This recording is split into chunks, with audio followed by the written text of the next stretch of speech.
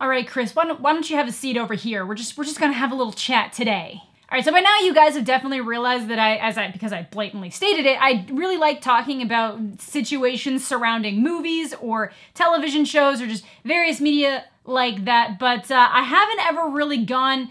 The only time I've ever really gone on any kind of reality-based television was when I did a video about Dr. Phil, which I stand by. But today we're talking about something that, I always felt like I would probably make a video about, but there's just so many dedicated creators out there that really had the whole genre covered, so I just never ended up doing it. So we're going to be talking about Chris Hansen, who you guys may remember as the host of the popular Dateline NBC show To Catch a Predator. Good. Why don't you have a seat right on that stool, please?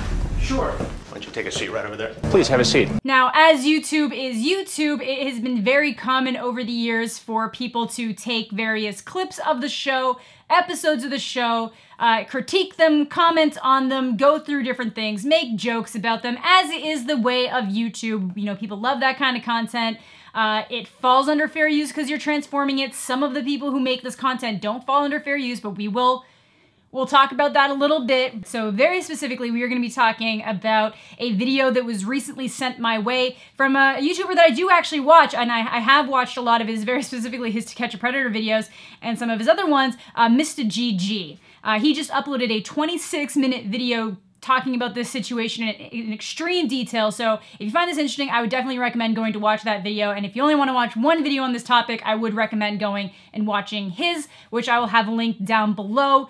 He put a lot of work into it, and obviously he's heavily involved in the situation. Now, for those of you who might not be aware, after, NBC's show finished and, YouTube kind of got their hands on it, Chris Hansen did actually make a return on YouTube. And I remember it was like a couple years ago now, he had started some kind of crowdfunding campaign to fund his new endeavors, which was going to be called Hansen versus Predator. I know he was putting up a lot of update videos to the point that Gus and Eddie, they're roommates, they're awesome. I have shouted out Gus before. If I haven't shouted out Eddie, definitely go follow both them. I will try to remember to have them linked down below too, but they're really funny guys. They made a video together on Gus's channel talking about, the problems that were with this new Hansen versus Predator thing. They did it in a funny way.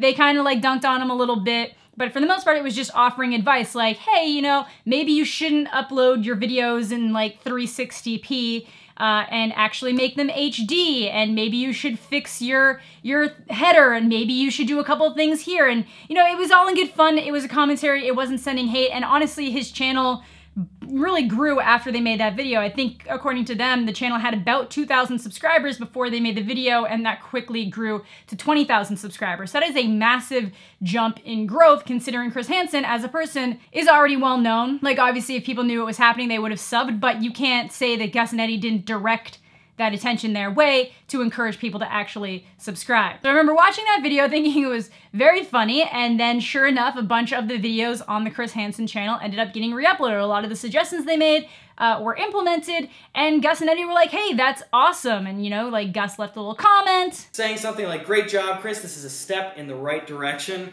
We got one single interaction with him. So to my praises, Chris responded, Gus, thank you for all of your suggestions. My personal media crew is quite capable of resolving any technical issues that we may encounter along the way. We appreciate your suggestions. Thank you for your support. And other than the slight tone that might have seemed a little bit iffy from Chris responding to Gus, it probably seemed like everything was okay until they realized that they were banned from commenting and posting on any video stream or whatever from the Hansen versus Predator channel. Either Chris or someone on his team had actually gone ahead and placed a ban on them, preventing them from commenting. Now, Chris would go on to reverse this. So at this point, we know that his main partner is this guy named Vince. Now, Vince is gonna come into the story quite a bit going forward, so everything ended up being okay. They got unbanned from the channel, and that was kind of the last that I had heard about anything weird going on with Chris Hansen. Now, one thing I did find funny about their video, which is gonna get really funny once we get into the meat and potatoes of this video,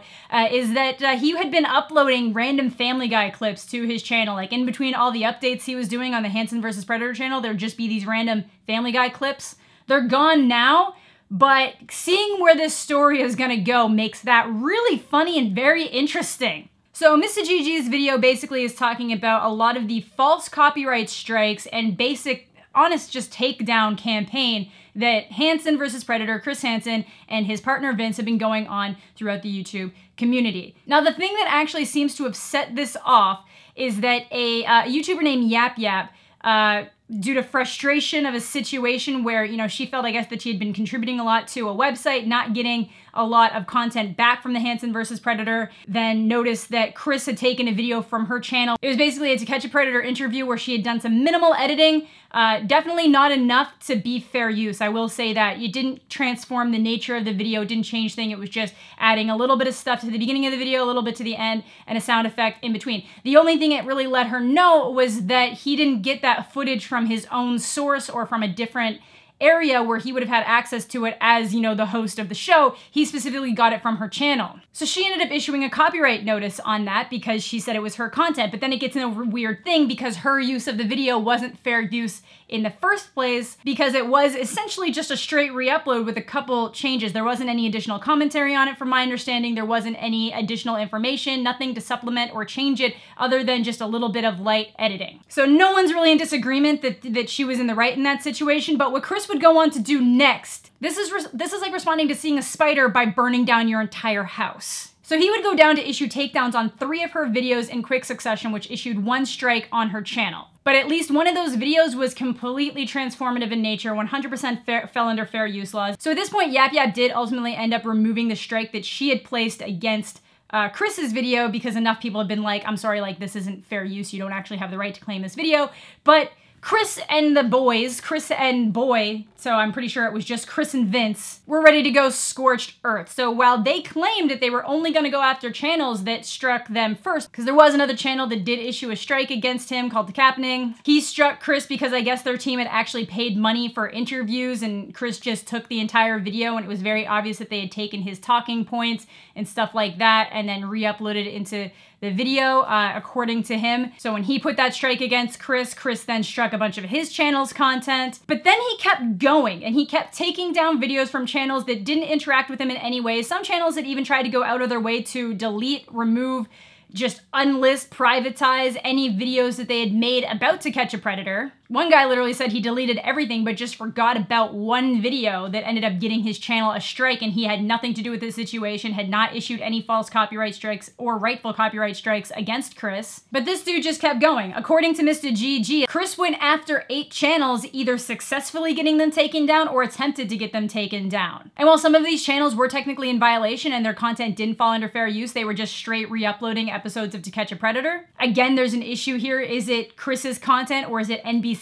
content? We don't know if there's like a joint ownership there. Like I know Dr. Phil, I believe, owns a large portion of his content as well as the studio, but I don't know if Chris Hansen has an ownership stake in that footage or if it's just NBC. So Chris could also be wrongfully claiming videos on his behalf when it would be NBC's content. But either way, most of these channels were not violating fair use and they were making content that was completely transformative in nature, like baked salmon. And it seems like the main reason why his content might have been hit was because he was just critical of Hansen versus Predator, so the new channel. At one point, they even took down a video that was an interview with Vince, again, Chris's partner on the new channel, saying that it was their content. But if you agree to do an interview with somebody on their channel, that content is theirs, not yours. You can't take that down if you agree to it and you were privy of it. It's not like you can make the argument of, oh, I live in a 2-party consent state and they didn't get my consent for this interview because you did consent to it. And I think the most egregious thing that they're doing in this situation isn't just going after videos that you could maybe make the argument of, oh, they just didn't watch them, they just noticed that there was content ID matches,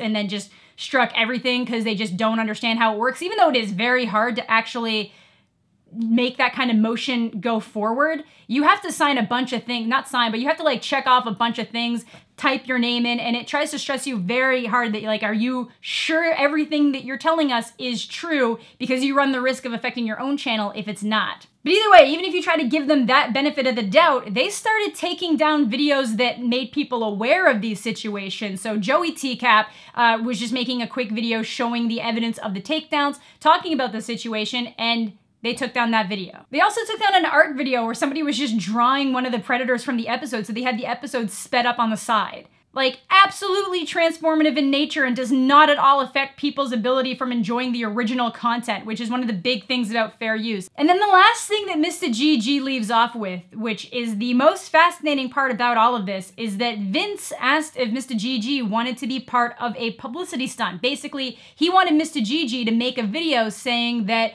you know, that Chris and him were copyright striking his videos so that it could draw more attention to the situation, because he believes that there's no such thing as bad publicity.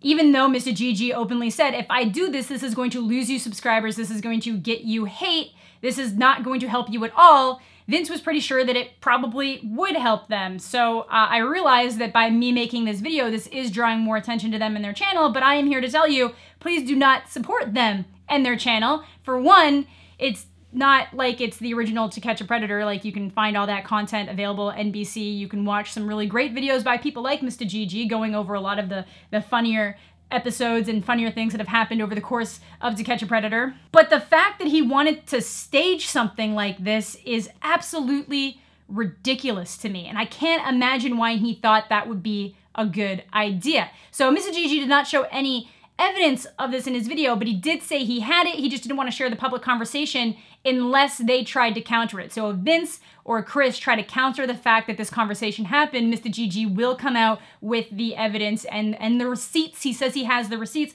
and I have no reason to believe that he doesn't, and he would have more to lose in this situation for lying about this, because everything else in this video is enough to just be like, wow, Chris, way to go scorched earth on the people that have kept your content relevant over the years. So I've got no reason to believe that he'd be lying about this situation, and the fact that he says that he can back it up if he gets pushed into a corner, I don't have a reason not to believe him. And if he's lying, there's no reason for Vince and them not to come forward saying that he's lying. So we'll just kind of have to see where the situation goes from here. I do think there have been some other updates. I think that Chris has released some of these claims at this point. Some people have gotten their channels back. Some of these videos are available again that weren't available at the time that Mista GG made this video. But it's definitely a situation that I'm interested to keep watching. And it's just another example of people just not understanding YouTube culture, how things work, and just making it harder for everyone. Because it's really interesting to me that, you know, Vince can say that there's no such thing as bad publicity, but then still be, you know, striking down videos where it's